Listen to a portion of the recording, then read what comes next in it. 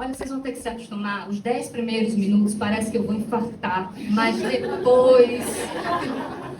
depois eu fico insuportável, depois eu sou um poço de amargura. É só até a água. Os 10 primeiros minutos você é humana. Aí Depois a máquina esquenta e eu fico ótima. Então, assim, eu agradeço imensamente a generosidade dessas duas que permitem que até figuras tão tímidas e isoladas como eu possam participar um pouco da sociabilidade. Mas eu acho também importante dizer que o que vai ser dito hoje, assim, precisa de um agradecimento muito grande para a Raissa.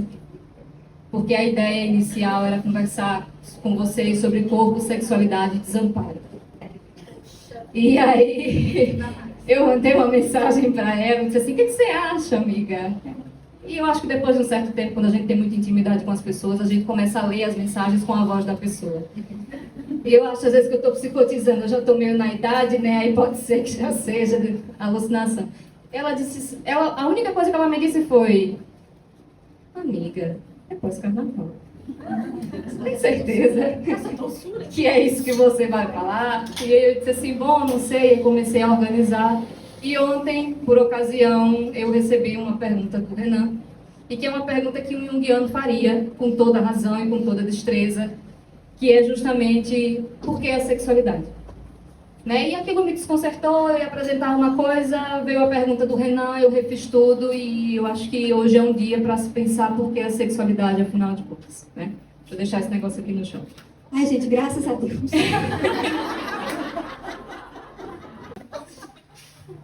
Então, caminhos comuns para a gente pensar a sexualidade em psicanálise, né? Em geral, as pessoas elas fazem uns contrastes assim sobre uma espécie de sexualidade mais instintiva e o que é que a psicanálise vem dizer sobre a sexualidade. De um ponto de vista mais instintivo, se diz que há certos comportamentos, há certas atividades qualitativamente prazerosas que dependem aí do Gente, será que foi um sinal? Do que quer que seja. Mas eu dizia que tem uma espécie de concepção mais instintiva que pensa certas atividades que dependem necessariamente do sistema genital, do sistema reprodutor, e que dessas atividades se espera que a gente tenha um objeto muito bem definido, segundo as convenções, um parceiro ou uma parceira do sexo oposto, e uma finalidade, uma meta também bastante definida, que é o momento do coito, né? A psicanálise vai dizer assim, olha, vamos dar espaço para a gente pensar que talvez sexualidade não seja algo redutível à satisfação de uma necessidade fisiológica. Vamos pensar que talvez, desde criança, determinadas excitações, determinadas atividades, elas já possam ser chamadas como sexuais. E vamos levar em consideração também a possibilidade de que as zonas erógenas sejam muitas, de que os objetos da satisfação sejam diversos, que as metas, que as finalidades da satisfação sejam mais diversas ainda, e que os caminhos pelos quais se chega à satisfação são tão diversos que até dá medo, né? E aí a gente fica meio que nesse contraste, e em geral as discussões elas acontecem mais ou menos assim, e a gente vai caminhando em geral para os argumentos que são ditos nos 3 ensaios sobre a teoria da sexualidade. Eu tenho um grande problema com isso, porque você começar a estudar a obra do autor pelo meio, você deixa o começo, de vez em quando você fala do final, e efetivamente você não sabe do que é que você está dizendo. Porque se fala dos 3 ensaios sobre a teoria da sexualidade, sem necessariamente pensar uma passagem muito importante, que é justamente a hipótese da sedução para a teoria da fantasia. Em geral, essa coisa fica meio apagada, essa coisa fica meio perdida. E assim, há outras coisas que me parecem muito problemáticas, e hoje eu queria, inclusive, contar com a participação de vocês, para que a gente pudesse pensar certas coisas meio mitológicas em psicanálise, uma espécie de conto, de uma narrativa que se popularizou e todo mundo repete. Em geral, vamos falar de sexualidade, a gente lembra sempre da histeria, né? Eu não sei porquê. Não é uma coisa assim que faz muito sentido, mas costuma ser o exemplo clínico assim mais retomado. Alguém aqui podia me dizer com que tipo de concepção de histeria o Freud começa a trabalhar?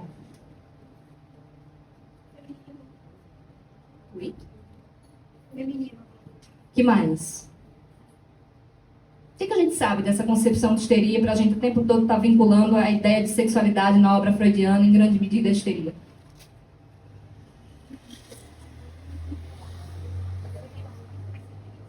timidez. Eu também estou um pouco em pânico.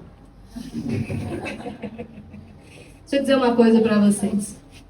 Não faz muito sentido a gente pensar a sexualidade, e pelo menos no começo da obra freudiana, e vincular isso à histeria, porque sequer a concepção de histeria que o Freud trabalhava no começo tinha que ver com essa vinculação entre histeria e sexualidade. Muito pelo contrário, né? Assim, o Freud, ele, 1885, 1886, quando ele decide que vai se tornar um especialista em doenças nervosas, ele viaja para Paris, vai encontrar o Charcot, uma figura muito conhecida dentro e fora da França, que pensava a histeria como uma doença neurológica. Era justamente uma figura que pensava que a histeria não tinha nada a ver com o sistema reprodutor feminino. Era uma histeria que não tinha nada a ver com as frustrações sexuais. A histeria, ela era uma condição degenerativa do sistema nervoso. E foi essa concepção de histeria que o Freud trouxe consigo para Viena e passou a divulgar, assim, encarniçadamente. E foi essa concepção de histeria que norteou o Freud, assim, nos primeiros passos dele. Então, por que todas as vezes que a gente vai falar sobre sexualidade, a gente tem que falar da histeria? Olha, não parece ser bem esse o caminho. E a gente nem precisa lembrar necessariamente do Freud, ou necessariamente do Charcot. A histeria já passava a ser desvinculada da sexualidade, se tornar uma doença de fato por direito da neurologia há muito tempo. Mas essa é uma coisa que se convenciona, porque em geral se estuda ou se começa a estudar a sexualidade, o corpo e psicanálise, pensando no caso Dora, pensando nos casos que são apresentados nos estudos sobre histeria. E aí depois já se pula, né, para os 3 ensaios sobre a teoria da sexualidade. E aí algumas relações vão sendo estabelecidas e elas não fazem o menor sentido. Pelo contrário, assim, chega a ser assim, até um descuido com o pensamento do autor, porque parece que se esqueceu de estudar as coisas com método. Porque parece que os textos, existem os grandes textos, existem os pequenos textos e os textos sobre os quais não se fala na obra freudiana, né? E aí se pensa mais ou menos que existe um Freud que é quase um grande hermeneuta, que é uma pessoa que entende muito de sonhos e interpretações e sei mais lá o que, praticamente, né, o cara que trabalha no horóscopo da Capricho, e vai se deixando assim, o Freud meio que de canto, assim, a obra do Freud, porque parece que tudo na clínica freudiana foi necessariamente sobre histeria. Não foi. Eu não sei se vocês já tiraram assim, um tempo para ler as correspondências do Freud, que é uma fofocaiada muito boa de acompanhar. Ele reclama da vida dele, ele fala mal das pessoas, em público ele está do lado das pessoas, mas no off, com o Fliss, ele quebra pau em todo mundo, ele fala mal de todo mundo, ele é extremamente amargurado. Fora as cartas de amor, né? Fora as cartas de amor, assim, que era uma amizade muito próxima, muito acalorada, uma coisa... Excelente leitura! Se vocês pegarem essas cartas, vocês vão perceber que Freud, muito mais que histeria, tratou também de um troço chamado neurastenia. E não que isso aqui seja uma verdade muito verdadeira, mas se eu pudesse fazer alguma sugestão, eu diria para vocês olharem um pouco mais sobre os diagnósticos de neurastenia e neurose de angústia. Para quem quiser entender o que diabos, como é que se começa falando de sexualidade na obra freudiana. Vejam só, a histeria é uma coisa que se toma pela neurologia, a neurastenia é uma coisa que se toma pela psiquiatria, são coisas também completamente diferentes. E na obra do Freud, assim, essa é uma coisa que ninguém diferencia, né? É um neurologista que está o tempo todo transitando pela psiquiatria, mas não se importa muito de se distinguir o que é que você faz um neurologista e o que é que você faz um psiquiatra. Né? Isso passa bastante desapercebido. O que acontece? A neurastenia é uma coisa que surge ali em 1869, lá pelas bandas dos Estados Unidos, um cara chamado George Bud, ele vai dizer assim, olha, existe uma espécie de exaustão física e psíquica que constitui aí uma nova forma de adoecimento. Opa. E o que é que esse cara também vai pressupor? Olha, existe uma maneira muito específica da neurastenia se expressar, que são justamente os casos de impotência sexual e os casos de fraqueza sexual. São justamente desses casos que no começo do consultório o Freud ele vai começar a tratar. E é justamente a partir daí que o Freud ele vai começar a desenvolver certas concepções sobre a sexualidade. Não é a partir da histeria. A histeria ela vem depois, a histeria ela é de fato um momento depois na obra freudiana.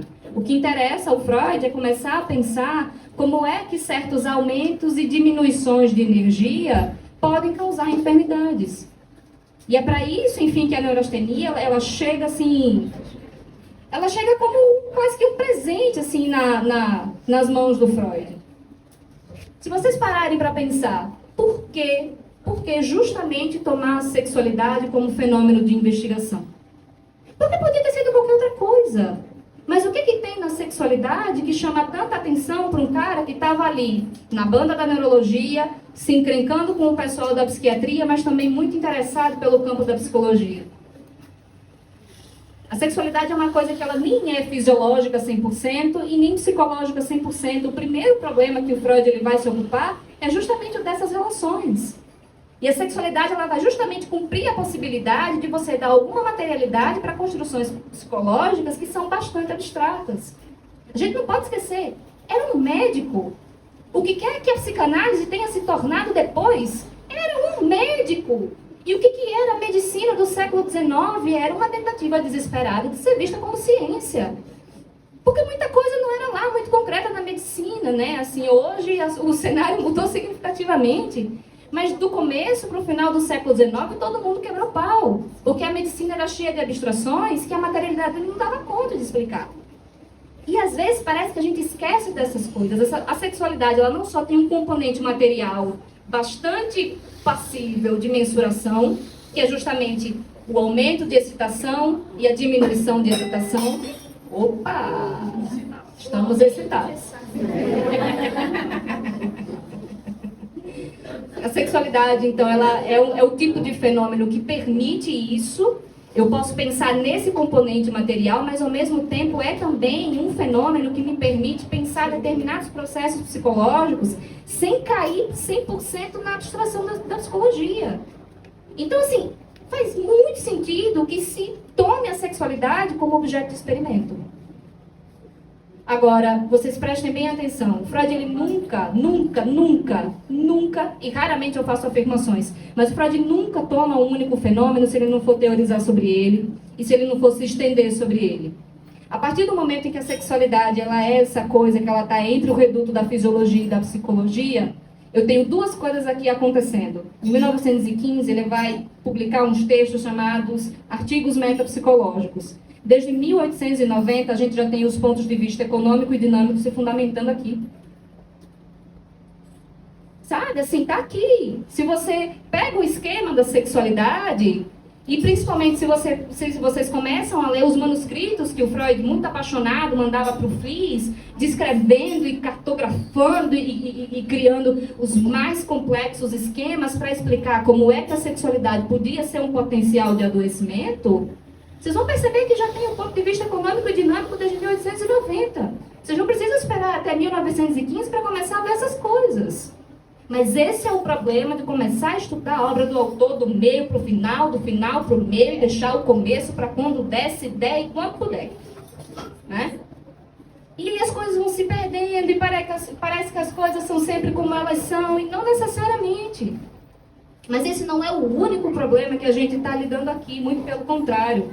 Uma coisa que eu tenho me ocupado já há alguns anos é de começar a pensar como é que o Freud ele vai estruturando essas concepções psicopatológicas que hoje se popularizou para fazer post. Qual é o nome daquela rede social? Instagram, isso.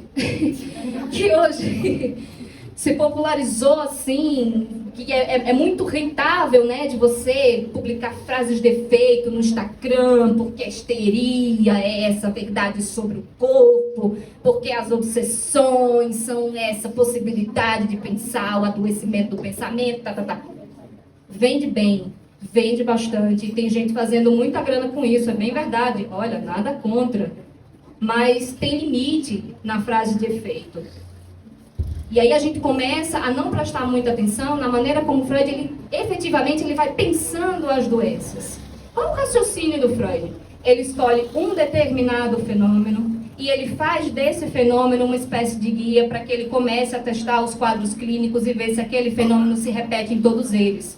Se repetir, ele estabelece uma categoria. Se repetir, ele estabelece um diagnóstico. E é assim que o Freud vai construindo a psicopatologia dele. Quantas vezes vocês, que devem ser pessoas muito mais sociáveis que eu, não tenho a menor dúvida disso, quantas vezes vocês já pararam em algum post do que quer que seja e vocês já encontraram isso?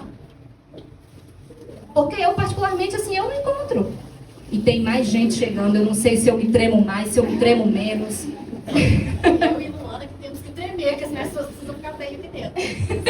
Você fala, só fala. Eu vou começando a me preocupar. Mas, enfim, tem algo também da definição de como é que o Freud ele vai pensando numa psicopatologia. Pessoal, nos primeiros 10 anos a gente lida principalmente com duas grandes categorias. As neuroses atuais e as psiconeuroses de defesa. As duas grandes categorias freudianas, elas se fundamentam expressa, direta e de uma maneira quase que concreta nas bases da sexualidade. Nas neuroses atuais... Você já percebeu quando eu estou muito empolgada falando sobre uma coisa, parece que eu estou brigando? Sabe o que é isso? Mas sabe o que é isso? E eu acho que tem tudo a ver com corpo e sexualidade. Isso é pulsão. Isso é... Nem que seja pelo ódio. Porque ódio e amor é só uma questão qualitativa. A quantidade de energia está aí. Não estou brigando. Tem dias mesmo, assim, que se eu pudesse eu rasgava o céu no meio, mas não é o caso hoje. Hoje eu estou de uma maneira muito estranha, agitadamente tranquila e feliz. Não sei dizer ao certo como é que isso acontece, mas de fato, assim, é uma alegria muito grande, assim, receber o convite dessas duas pessoas. Então, nas neuroses atuais, eu dizia, as pessoas sofrem porque a sexualidade ela é uma condição no presente. Nas neuroses ou psiconeuroses de defesa, as pessoas sofrem porque a sexualidade ela é uma condição que remonta ao passado. A sexualidade ela pode ser pensada como uma espécie de denominador comum que vai guiando todas as pesquisas do Freud, que foi de fato um nosólogo, né? Que foi de fato uma criatura que se dedicou a montar um sistema classificatório, porque hoje todo mundo fica quebrando pau com DSM e fica se tomando uma gramática como se ela fosse de fato um sistema que estudou a semiologia, a etiologia e tudo mais que envolve o estudo das doenças. E essa, inclusive, é uma briga que me dá assim, uma certa preguiça, porque se faz desse instrumento algo mais do que efetivamente ele foi concebido para ser. Então, enfim, inclusive essa é uma coisa que, em geral, se bate muito na psicopatologia e em psicanálise. E se bate assim à toa, se bate por ignorância, se bate por estupidez, né? Se contestam muito as categorias psicanalíticas. Em geral, as pessoas contestam a causalidade das categorias psicanalíticas. Mas do ponto de vista descritivo, da maneira como Freud ele vai descrevendo as doenças, é impecável. É um cara extremamente cuidadoso, obsessivo, melindroso. Então, assim, todas essas coisas elas vão passando desapercebidas quando a gente dá muita atenção para os grandes textos e a gente não olha para o ponto de partida do autor. A psicopatologia freudiana ela se funda numa maneira muito específica de pensar a sexualidade. A sexualidade é a oportunidade para o Freud, inclusive, de ser levado a sério. Porque a sexualidade não é uma coisa da psicanálise. Pessoal, os médicos forenses do século XIX registravam à torta e à direita casos de abuso sexual infantil. O Freud ele não tirou a teoria da sedução da cabeça porque ele é um grande gênio, daqueles que a cada 2000 anos nasce um, não.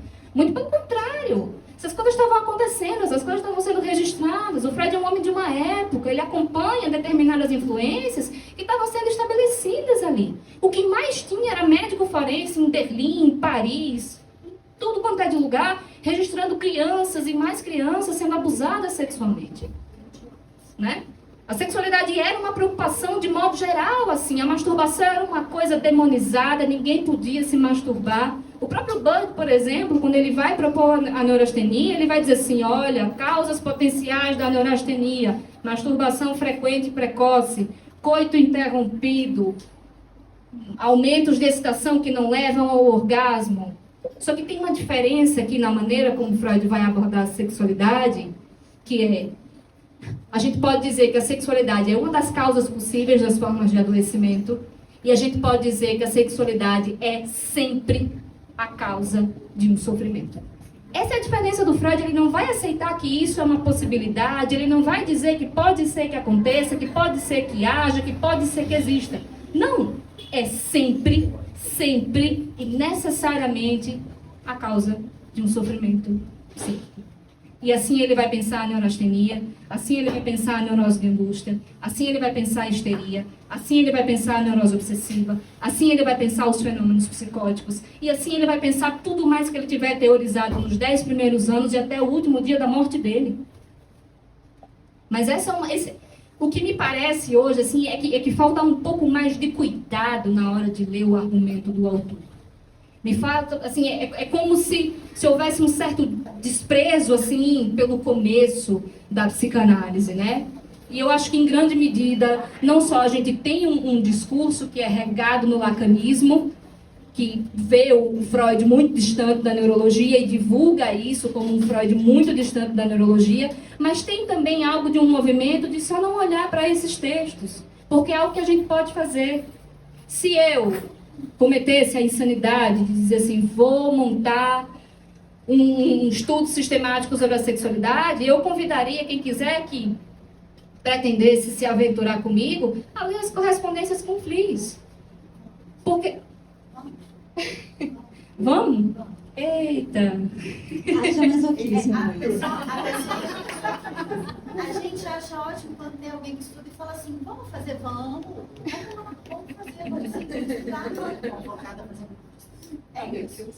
Essa seria a minha sugestão, assim, eu ia ler fofoca com vocês, explicar por que o Freud é uma figura tão amargurada, mas ao mesmo tempo eu destrincharia os manuscritos que ele manda, porque muita coisa acontece nos bastidores. Gente, o que se publica não é um terço da metade de um quarto das coisas que ele contava só no privado.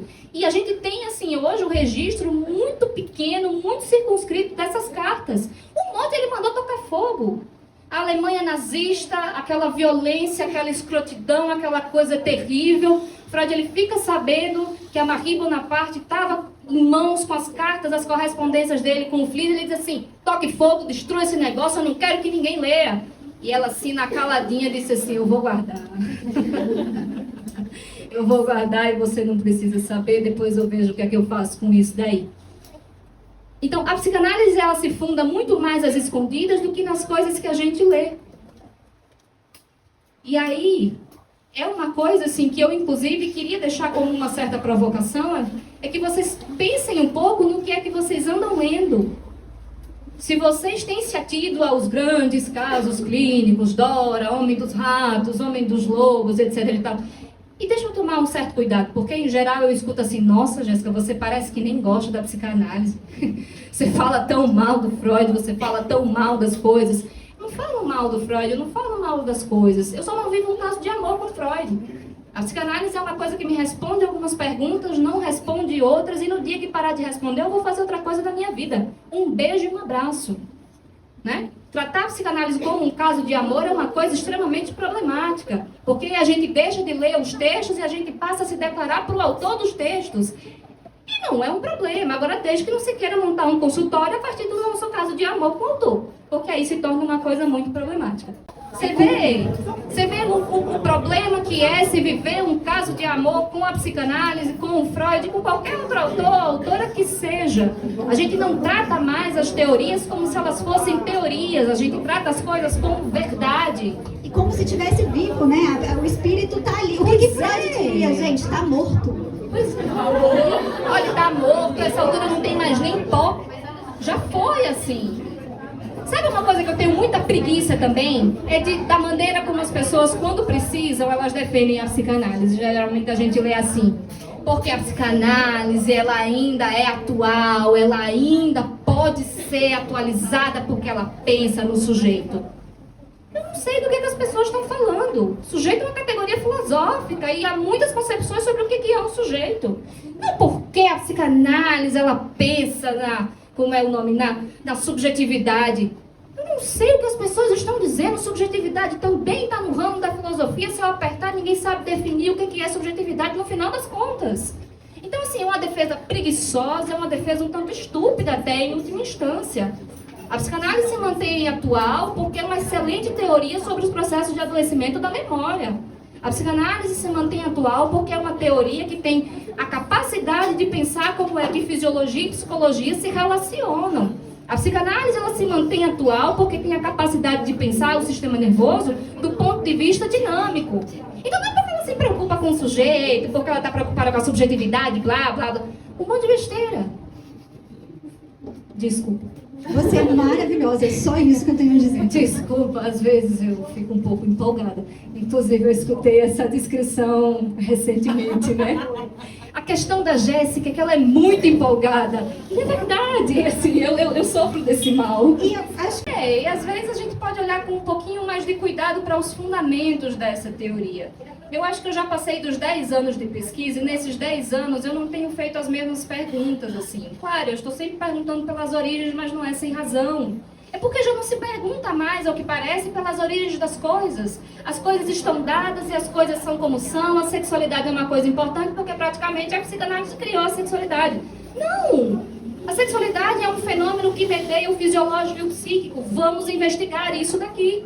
Porque há determinados processos que não são diretamente observáveis. Então, como é que a gente pode se utilizar das coisas que a natureza oferece para observar essas coisas? Estabelecer construções psicológicas e pensar em teorias e fundamentar uma clínica e sustentar no consultório e pensar a psicopatologia, as formas de adoecimento. É para isso. Só que tem uma maneira muito específica desse autor pensar, que é escolher um determinado fenômeno, investigar a existência desse fenômeno em todas as formas de doenças possíveis. E a partir disso começar a estabelecer certas delimitações ao Freud. Não é necessariamente a psicanálise. Renan, eu espero estar assim, minimamente à altura da pergunta que você fez, eu estou preocupada. Estou bastante preocupada porque eu acho efetivamente uma pergunta muito pertinente. Então não é necessariamente sobre a sexualidade. Mas esse é um aspecto mais teórico, esse é um aspecto mais público do Freud. Mas é também uma figura que quando pegava assim num assunto, era tipo um cachorro que não larga o osso e rói até não sobrar absolutamente mais nada. Mas uma coisa a gente não pode bater no Freud. Ele sabia voltar atrás quando os dados clínicos diziam para ele que ele estava caducando. E essa é a grande sacada da modificação da teoria da sedução para a hipótese da fantasia. Vocês vejam só por que eu sou tão implicante com quem começa lendo os 3 ensaios sobre a teoria da sexualidade. Há uma diferença muito, mas muito significativa em se pensar a memória de uma situação concreta, uma experiência de abuso, e se pensar a representação de uma experiência.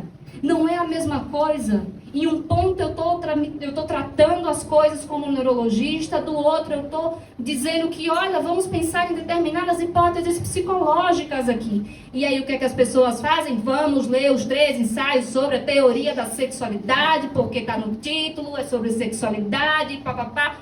E não se sabe por quê. O que faz efetivamente o Freud transicionar entre uma coisa e a outra é a compreensão de que desde a infância existe sexualidade.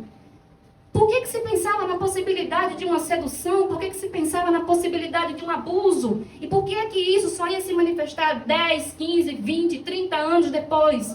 Porque não existe sexualidade na infância. E porque nesse momento também o Freud lidava com os pontos de vista econômico e dinâmico, mas não tinha o topográfico, que é justamente essa geografia dos processos psíquicos em relação aos quais nem sempre a consciência alcança. Agora, vão vocês ler os 3 ensaios sobre a teoria da sexualidade. Onde é que isso está dito lá? Vamos ler o caso Dora. Onde é que isso está dito lá? Vamos ler as demais coisas que se envolvem com a sexualidade. Onde é que isso está dito lá? Não está dito. Porque, em geral, a gente parte o argumento do Freud, a gente fragmenta o Freud, a gente não vê o Freud como uma unidade. Roberto Monzani, ele estava coberto de razão quando ele diz assim, o Freud ele argumenta como uma espécie de espiral e pêndulo. Ele vai de um ponto para o outro e ele vai aspiralando, complexificando as coisas, e é assim mesmo. Ele não é um cara que abandona as ideias dele. Nunca foi. E eu vou fazer uma coisa que para mim é extremamente nova. Eu convido a qualquer pessoa a rodear a obra do Freud do começo até o final e me dizer onde é que ele abandona as ideias dele. Ele reformula, ele complexifica, ele dá outro tom, mas ele não larga a mão. De jeito nenhum. Como que é o nome daquele caso clínico famoso sobre neurose obsessiva? O Homem dos Ratos, amiga? O sintoma é uma coisa muito difícil.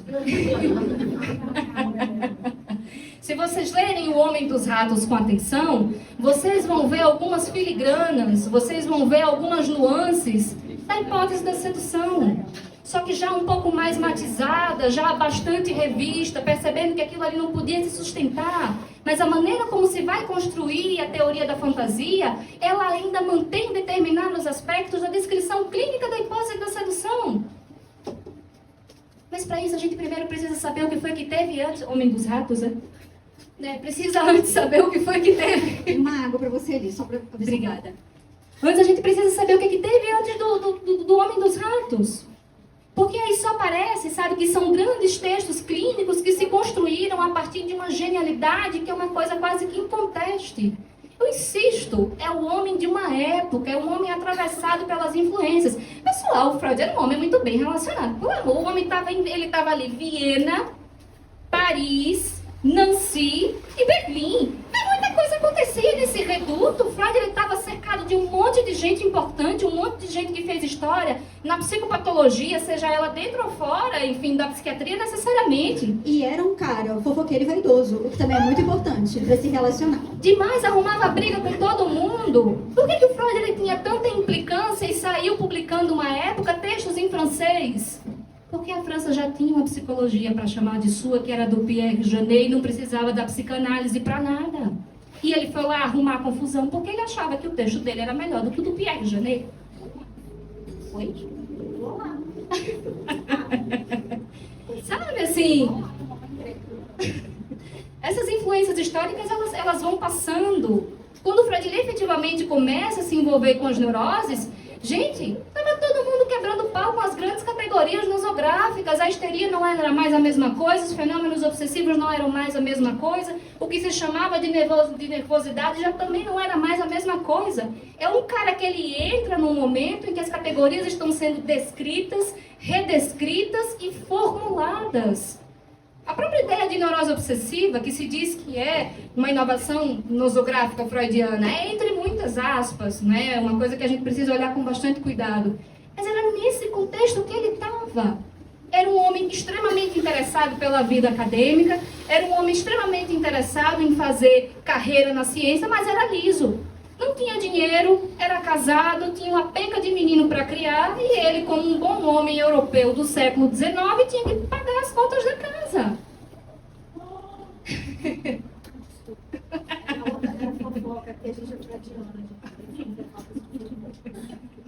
Então tem isso também, assim, na maneira como o Freud ele vai construindo e ele vai teorizando sobre as coisas. Mas isso passa desapercebido. Vocês querem ver uma coisa muito interessante? Sabe quando é que o Freud ele começa a formular a teoria da sexualidade? Quando ele estava em abstinência de cigarro. Estava extremamente intoxicado de nicotina. O Fliess chegou para ele e disse assim: para que você vai ter um treco, você vai morrer antes da hora. O infeliz do Breuer, que ninguém se lembra dele, só porque está ali nos estudos sobre histeria, não se dá o devido valor a essa criatura. Breuer disse assim: você continuar com isso daí, a próxima vez que eu lhe encontrar, vai ser infartado no hospital. Para!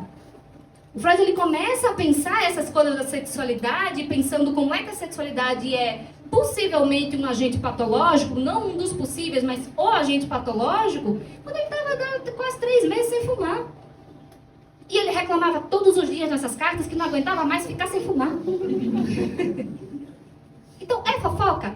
É também. Mas é para dizer para vocês que no final das contas tem uma pessoa formulando todas essas coisas. E o que acontecia na vida do Freud batia diretamente nas teorias que ele compunha. Ele sabia o que era abstinência. Ele sabia os efeitos da abstinência no corpo. E ele começa justamente a teorizar sobre a sexualidade falando das abstinências, falando do problema do coito interrompido, falando do problema de você nunca conseguir gozar, de como é bastante problemático quando você tem uma vida sexual bastante interrompida, porque toda vez que você transa, você tem uma criança. E a cada vez que você tem uma criança, a conta da casa fica mais alta, então as pessoas não transavam. Né? Assim, tá aí. Agora, se a gente olha para esses grandes textos, essas coisas aparecem? Não aparecem. Parece que se perdeu assim a sensibilidade de olhar para dentro do texto, para as entrelinhas do texto, de olhar para fora do texto e, acima de tudo, de olhar para trás. Porque o que importa é de 1900 em diante, porque supostamente a psicanálise se fuma. Eita.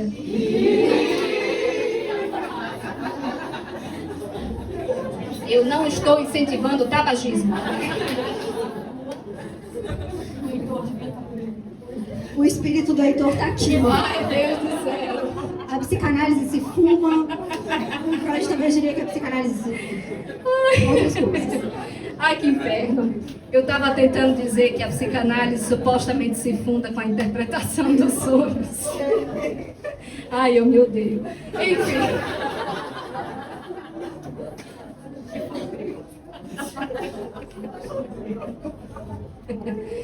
A psicanálise ela é baseada em evidências, às vezes ela é muito verdade. É uma ciência quase exata. Ai, que coisa horrorosa. Eu estava tentando dizer que não se funda com a interpretação dos sonhos. Mas essa é mais uma das grandes mitologias que se diz sobre a psicanálise, não é? Se cria, assim, uma espécie de culto ao capítulo 7 da interpretação dos sonhos. Longe de mim dizer que esse não é um capítulo importante, e é também, mas se você quiser entender a interpretação dos sonhos, eu vou sugerir muito sinceramente que vocês leiam As Neuropsicoses de Defesa, o Projeto para uma Psicologia Científica, a Carta 52, e só depois vocês vão se aventurar no capítulo 7 da interpretação dos sonhos, porque é um texto de síntese. O Freud escreve a interpretação dos sonhos porque ele queria marcar a virada do século. Cara, extremamente vaidoso. Mas muito dificilmente vocês vão se aventurar no capítulo 7 da interpretação dos sonhos sem efetivamente perceber o que está em jogo ali.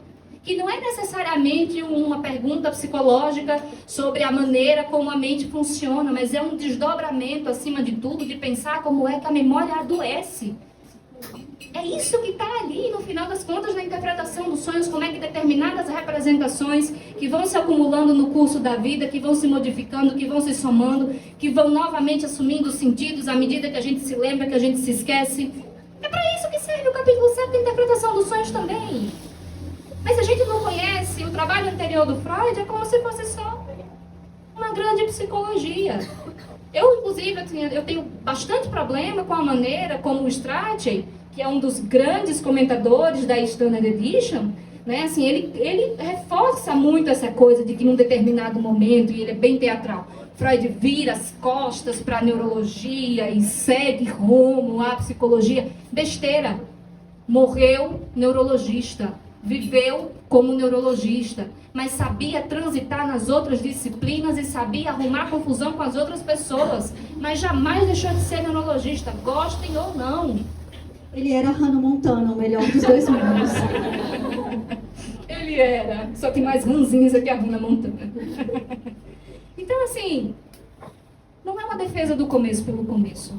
E eu não tenho a menor intenção de que ninguém saia daqui muito entusiasmado com o que quer que eu tenha dito. Mas se tiver provocado algum incômodo, eu já me dou por satisfeita. Se eu tivesse sido desagradável o suficiente para as pessoas, pelo menos dizer assim, deixa eu ver, aquela menina falou muito besteira, ficou meia hora conversando porcaria. Deixa eu olhar aqui para esse primeiro texto. Deixa eu ver se ela estava dizendo coisa com coisa, se ela já estava delirante no meio de todo mundo e a Luana e a Ana não ficaram sabendo. Para mim já é suficiente. Para mim já basta. Porque hoje, assim, em psicanálise, que é onde eu tropeço menos para dizer alguma coisa a respeito, as coisas são como são. E as coisas parecem que sempre foram como sempre foram, sabe-se lá por quê. Então, se eu tiver tido o mínimo de capacidade e integridade intelectual para responder a pergunta do Renan, a sexualidade é uma coisa tão significativa na obra freudiana, primeiro, porque era um fenômeno que permitia um modo de teorização que mantinha o Freud nas ciências da natureza. A sexualidade, ela é também um sintoma que podia ser generalizado em diversos quadros clínicos. A sexualidade, ela foi, em última instância, um excelente operador conceitual. Então, esse nome, ele sofre variações semânticas a obra inteira. Então, inclusive, essa definição de que sexualidade em psicanálise são essas excitações que não se limitam à satisfação de uma necessidade fisiológica, isso tem limite. Não é para tomar isso como se fosse escrito em pedra. Essa é uma expressão da raça que eu adotei para mim e eu gosto bastante. Muda. O termo sexualidade vai ser usado em diversos contextos, de diferentes maneiras, mas para isso a gente tem que ter um pouquinho de abertura para começar a pensar se as coisas são assim, porque são assim. E eu recomendo fortemente que a gente olhe um pouco mais para trás e que a gente deixe um pouco mais o meio e que a gente deixe um pouco mais o final para quando a gente conhecer mais ou menos o que foi que aconteceu no começo. E eu acho que por hoje tá bom. Eu aprendo tanto com a Jéssica, que às vezes ela fala coisas assim, eu falo assim, eu sou tão burrinha. E isso é tão gostoso, porque quer dizer que a gente tem sempre mais do que pode aprender. E em vários momentos, quando ela fala desses psicanalistas aí, eu falo assim, eu sou eles, péssima, deixa eu aprender mais. Porque eu acho que também vai um pouco de acordo com o que a gente lê, o que a gente busca na psicanálise, diz também da gente. E Jéssica, como uma pessoa muito organizada e muito metódica, ela tem um interesse muito interessante pelo princípio, que é muito importante. E que eu, dentro do meu sapato de pompom, de certa desorganização, eu tô assim, quê? Princípio?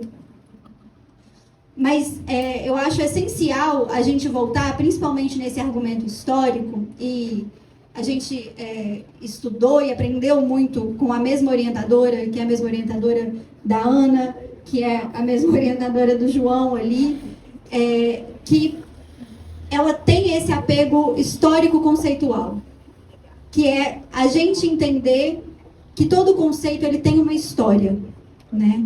E que tem um motivo ali, tem uma justificativa, e a sexualidade, ela também está dentro disso, né? Então, a sexualidade, por que a sexualidade? Tem um motivo histórico, tem uma relação entre o que é o corpo no sentido físico e no sentido psíquico, que é essa dualidade, né, que fica uma discussão eterna da filosofia, mas que existe um motivo e que não é um jargão que a gente escuta muito de quem odeia a psicanálise e de quem também ama muito a psicanálise, né?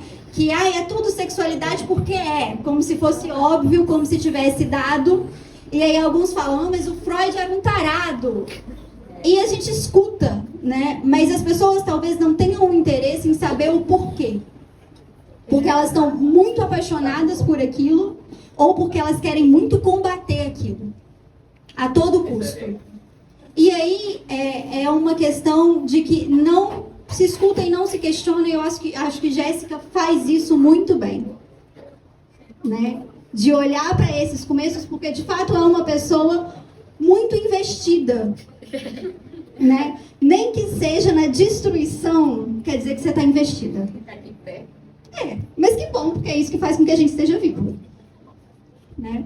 A gente está investido ali nas coisas. E acho que, trazendo, né, a primeira pergunta que eu queria fazer, antes de abrir, porque meu papel aqui é mediar, não é tanto ficar falando, eu queria escutar também vocês, te perguntar como você enxerga isso no contemporâneo, atualmente, hoje em dia, essa relação com a sexualidade. Pergunta muito sucinta, desenvolve um pouquinho mais. No sentido de que, trazendo dados assim, né, tem algumas pesquisas que apontam que, assim como, né, você trouxe historicamente, existe um motivo pelas pessoas transarem menos, porque a gente tinha aí filhos, não tinha questão de método contraceptivo, que é uma coisa que veio aí, né, nas ondas do feminismo a partir da década de 70, mas agora a gente tem concretamente uma geração que transa menos. Mas a sexualidade, em contrapartida, ela é muito mais complexa do que só o sexo. Como você enxerga isso que o Freud descreveu lá atrás, hoje em dia, em relação à sexualidade? Eu não enxergo. Uhum. Porque, vejam só, assim, uma dificuldade que eu tenho bastante com as teorias é quando a gente esquece o momento em que elas foram escritas, para quem elas foram escritas e quando elas foram escritas, né? Em que contexto elas foram escritas. Então, assim, a gente está lidando com um momento em que as famílias nucleares eram um padrão e que, de fato, hoje, algo que a gente pode dizer que são meras convenções sociais e moralismos baratos, que é justamente a necessidade de um homem e uma mulher precisarem formar uma família. Essas coisas eram grandes absurdos naquela época. Método contraceptivo, camisinha, a própria ideia do coito interrompido. Vocês não têm noção da quantidade de doenças que se atribuíam à masturbação. Era uma coisa praticamente demoníaca. Então, assim, eu tenho uma certa dificuldade de fazer algumas transposições do final do século XIX para 2025. E eu te pergunto isso justamente porque acho que leva para um ponto de não trazer os textos do Freud e a psicanálise como algo a ferro e fogo. Ah, porque o Freud disse isso em 1905. Tá. E aí? E você me perguntou isso uma vez sobre o narcisismo. E eu nunca esqueci, foi uma pergunta muito importante para mim. Porque eu estudei narcisismo. E aí, as pessoas falam muito sobre narcisismo hoje em dia, né, gente? Mães narcisistas está em alta. E aí, Freud escreveu um texto, né, dedicado a esse conceito em 1914. E Jéssica me perguntou, falou assim, mas como é que você enxerga isso aí hoje? E aí eu falei assim, ih, fodeu. Eu tenho que pensar.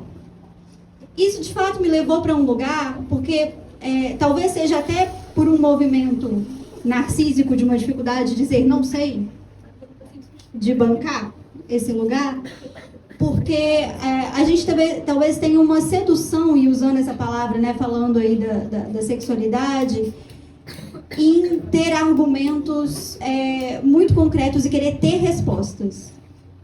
E talvez a maior coisa que eu tenho aprendido com a psicanálise e com alguns professores, e lendo Freud também, é a importância de fazer perguntas.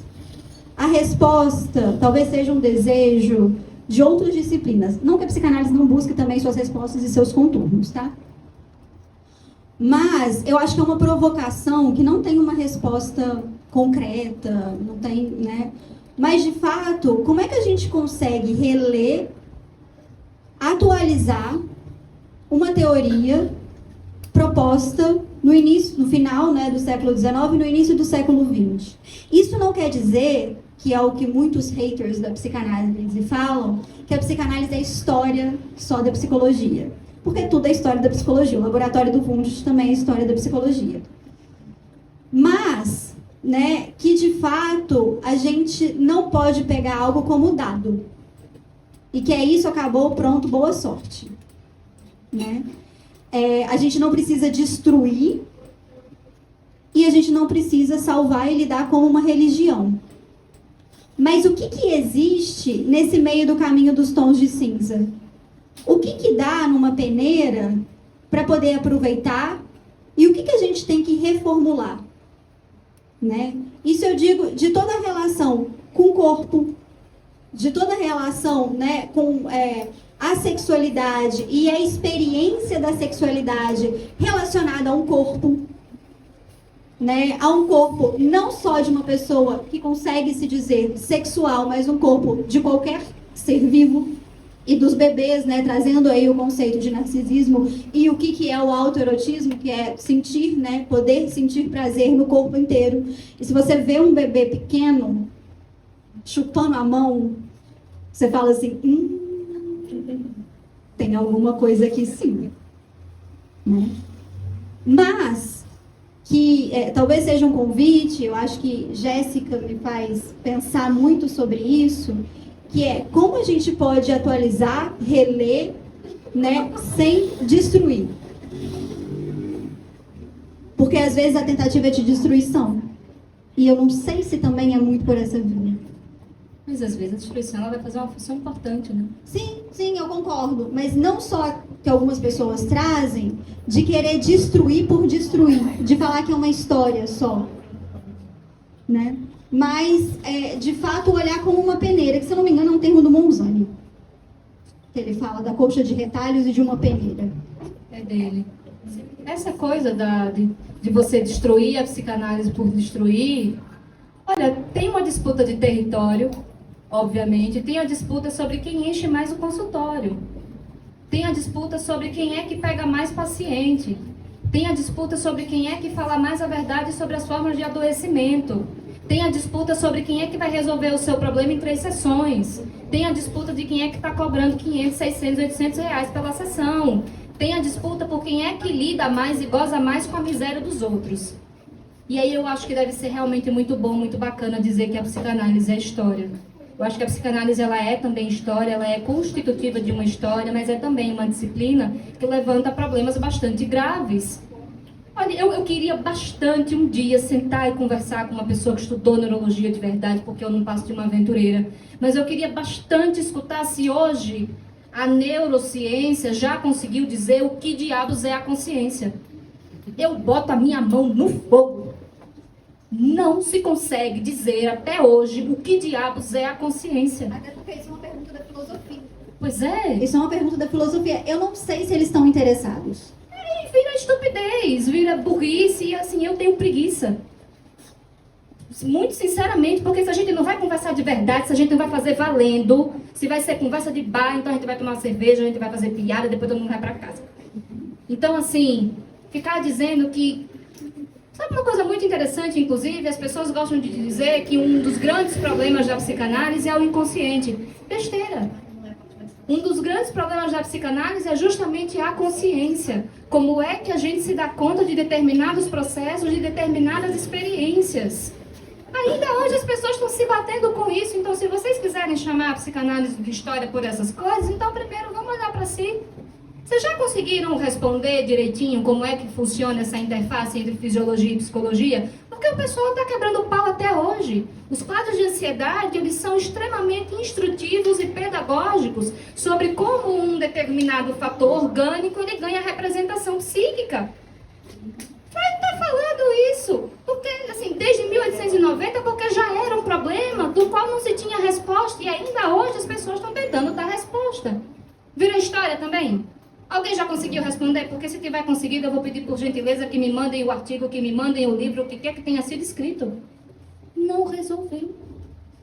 Então, assim, olha, não sei o que é que está se chamando de história efetivamente, né? Eu não consigo ficar quieta.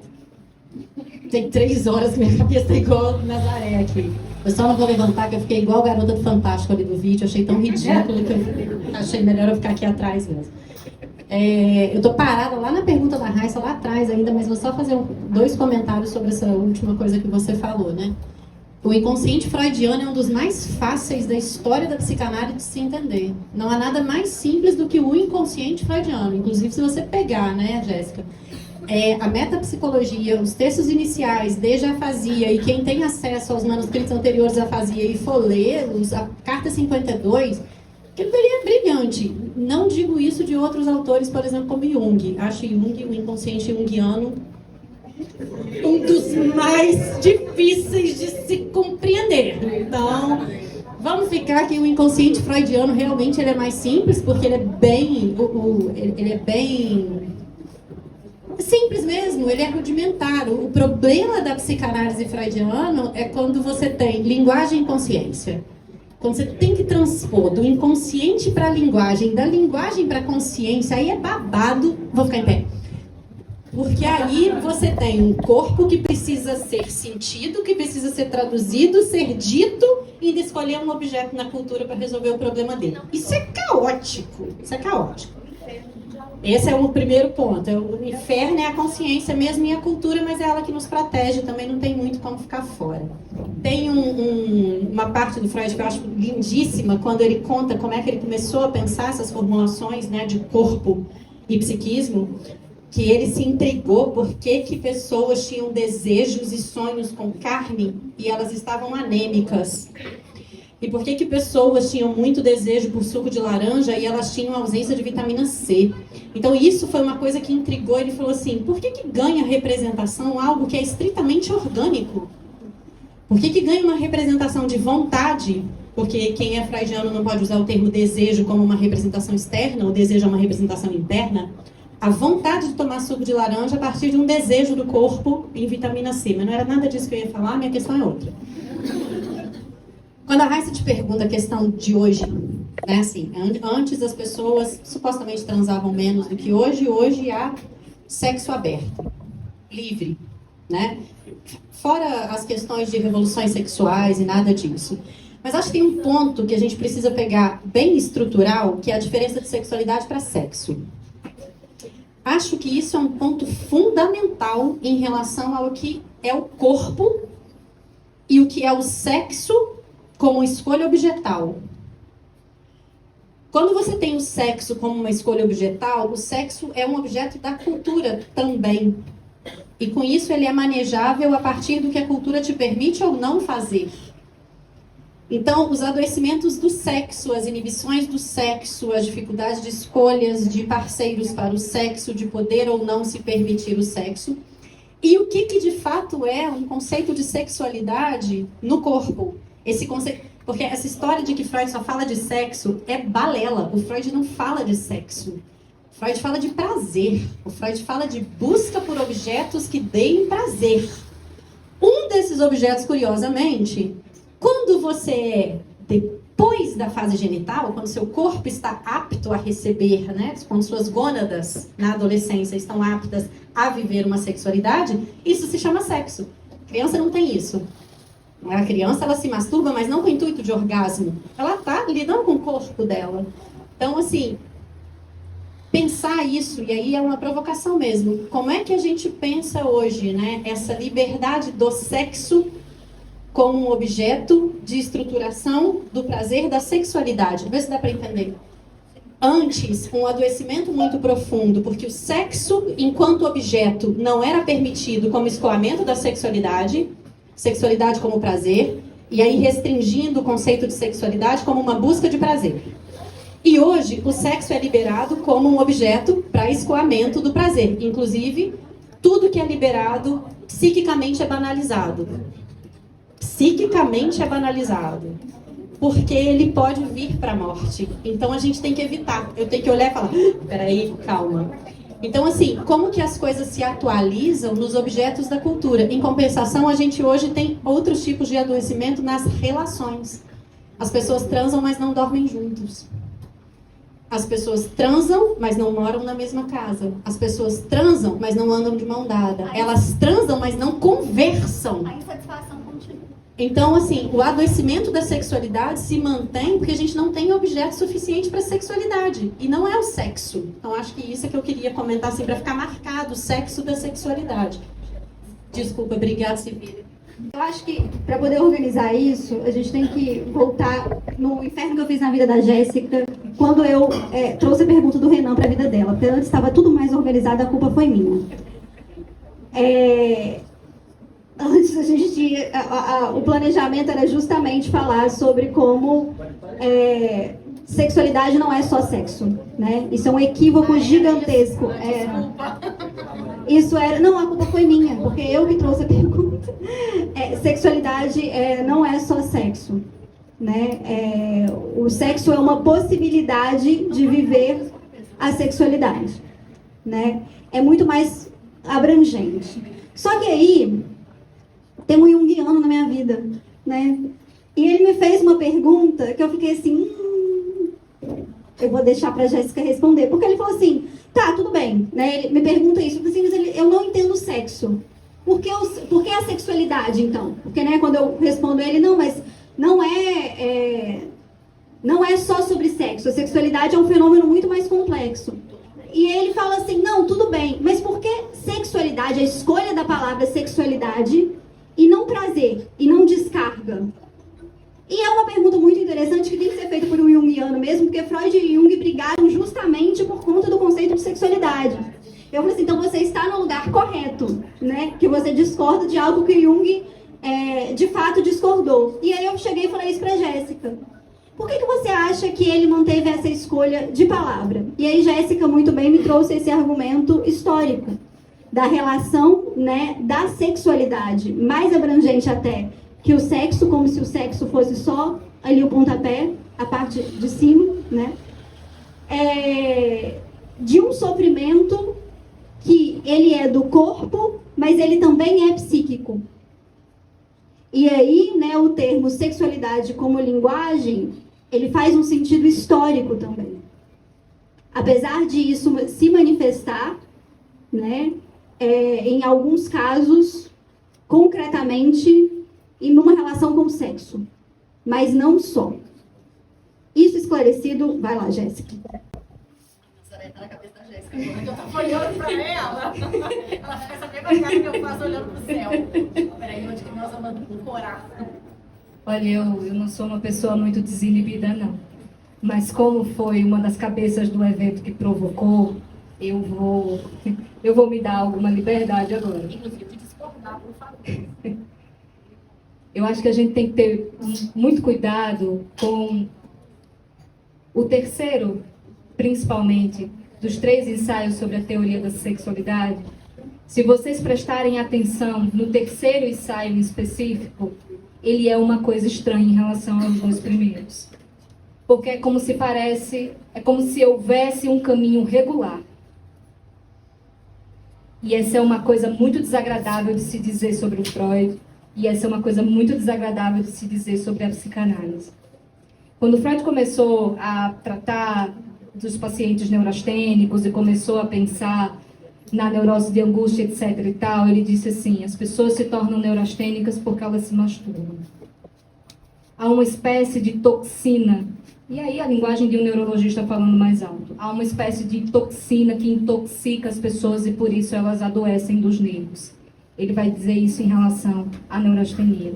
Em relação à neurose de angústia, ele vai dizer assim: as pessoas adoecem porque não há descarga dessa excitação sexual. Há uma espécie de frustração e isso também é bastante tóxico.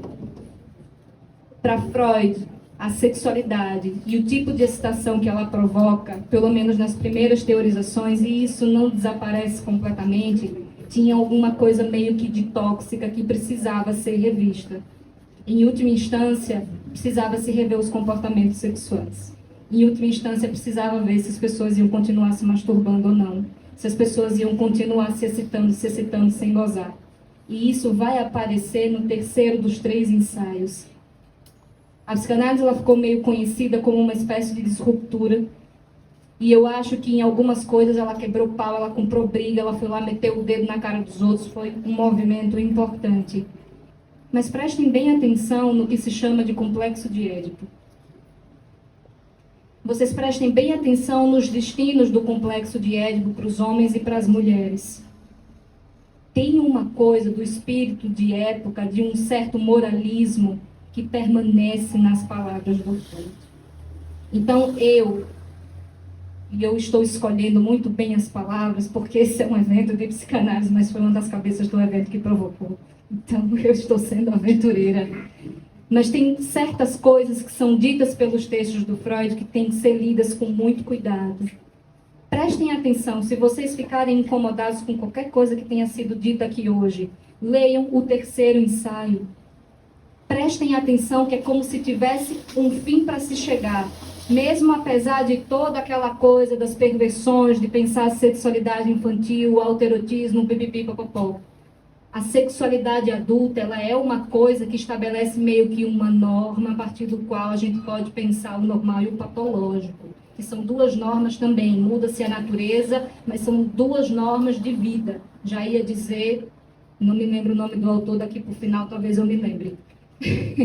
Mas são duas normas assim, de existir no mundo. Prestem atenção no terceiro ensaio. Prestem atenção na maneira como a segunda tópica ela vai se estabelecendo. Prestem atenção na função do supereu. Prestem atenção nos destinos do complexo de Édipo. E é por isso que eu sempre tenho muita dificuldade de pensar hoje as questões sexuais da maneira assim muito delicada e sensível, como a Ana mapeia assim alguns dilemas hoje da maneira como as pessoas se relacionam amorosa e sexualmente. Eu só não sei se dá para a gente estar de mãos dadas com Freud o tempo todo. Porque há algo da teoria que talvez a gente precise fechar a capa do livro. E talvez, a partir daí, começar a olhar com um pouquinho mais de cuidado e crítica sobre essas teorizações e talvez, quem sabe, para quem for um pouco mais corajoso e corajosa, passar a teorizar também a partir de todos esses elementos que já estão hoje aí na cultura, gritando para quem quiser ouvir. É isso que eu ia falar. Existem outros autores. Pois é, assim, tem que ter um cuidado, porque tudo bem, foi o criador da coisa. Hoje o que se chama de psicanálise não existia sem o Freud. Mas não morreu com ele. O que não quer dizer que agora a gente vai sair concordando com as outras pessoas que vieram depois do Freud, a gente vai agir e criar novos amores e novas paixões e viver novos romances com quem quer que seja. Não. Mas é de perceber que os argumentos têm limites. Eu acho que é aí que está o ponto de não querer destruir, mas também não comprar como uma religião. Não comprar como verdade, assim, se você toma o texto do autor, né? Se a gente lê o texto para fazer uma espécie de exegese, que é o que se faz nas leituras dos textos bíblicos, é como se o texto estivesse esperando um intérprete qualificado que viesse a desvelar a verdade das coisas. Não é assim, os textos não têm verdade, e as coisas se produzem à medida que a gente vai lendo as coisas.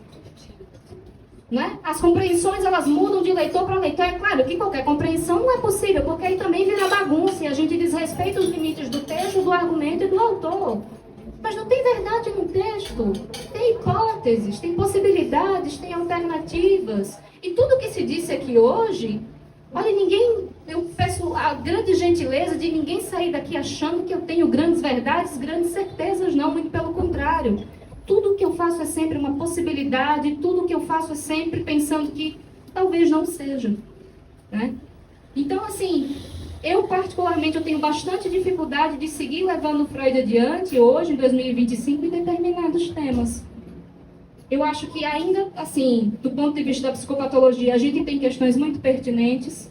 Da maneira de se pensar os processos psicológicos e a dinâmica entre eles, eu acho que a psicanálise ela ainda é uma potência.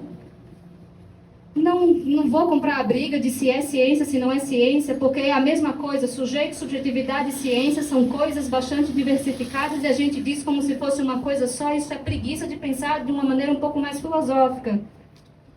Mas eu acho que a gente precisa ter cuidado e respeitar que o Freud envelhece. E eu estou dizendo isso com uma certa preocupação. Mas envelhece, porque o Freud é um homem situado no tempo e no espaço. E a gente não pode esquecer disso. Então, se quiser falar de renovação, de atualização, o que quer que seja em relação à psicanálise, então vamos ler o que foi que se produziu depois dele.